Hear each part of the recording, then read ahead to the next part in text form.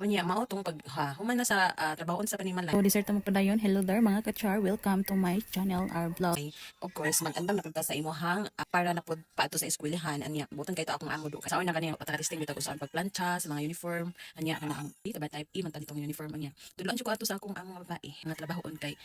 nagtubo ko nga murag mo sakar dito atura sa bukid ana nya kung diri nas panimalay ako pa mag-inahan maoy musagakod sa mga trabahoon murag hiyahay jud kayo to sa una nya. Labi na kay ako tanan sa akong inahan bisag kana labunon ako sa among inahan og paglaba nga dapat kami kanang pamaunay manglaba pero diha jud times nga sa unang sa pagadagan ako ba nauna ko sa akong inahan nag-mature na jud tali ko ato mga third year ba to fourth year high school to nga ako ang inilis bitaw dawit ta mag menstruation nga nabi to sa atong underwear of course niya di man mahilig sa una og napkin niya ang amo ikuan ato silbi kanang mga nuog ba ang katong mga nuog nang dala dito sa tuan nga ilantan mo gud po ko ato manuwa ko kapanglaban gi kuha sa akong inahan natin nga ako kay dito naman jud na ako gitaguan sabi ako jud siya gitaguan ba kay kay natudan mas akong inahan gikuha niya og iyang gi labahan natin nga ako sa na akong country man na kaya akong ilabahan ko ano mo gilabahan ka ano day murag ni ako ni akin ko kaulaw ato ambot nga siya tutungan ni akin ko kaulaw niya kana ang kan ato no para na ko ingon nga paborara pag man ako ilis ako lang labahan ato ra pod nga nasakpan ni mama niya way back ta sa ako ang kaagi dito sa pag dito ko sa nag-working ko of course iya kong gitudloan sa pagtansa sa mga uniform niya gituluan ko pasig mas nina na ba dito ko nakakatunog sa trabaho pero di jud ko magpasagad kay mingon mas mama nga di jud ka magpasagad dito kay lisod na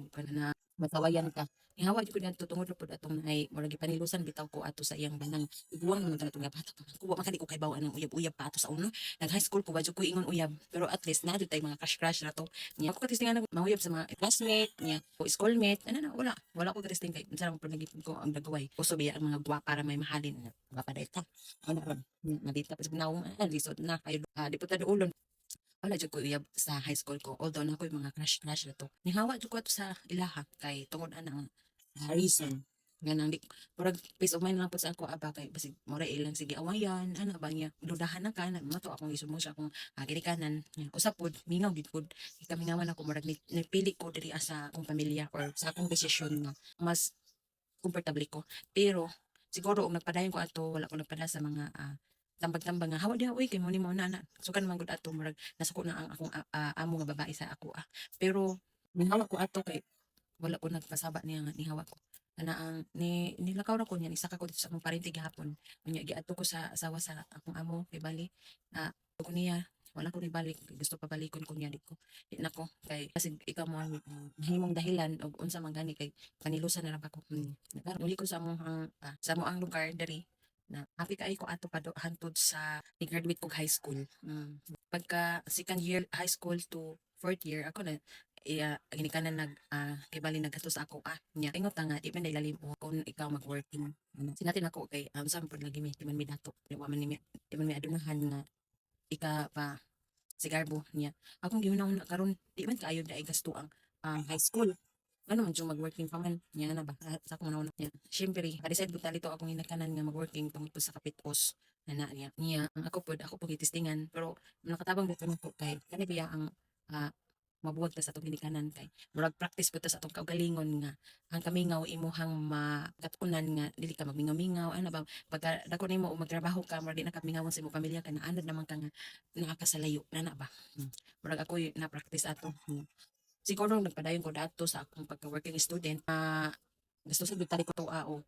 pang college pero wa mo ko nagmahay nga mihawa ko dito i-choose man ako nga mahawa jud ko dito unya sa pag-college nako Silbi, ni gasto mo pa akong ginikanan niya. Dari sa nagtabangan po ko sa akong iyaan nga maka-abel ko og scholarship sa Kabadbaran. Dito pa ko sa issue ato nag-eskwela. Dayon, kay ni-choose man lagi ko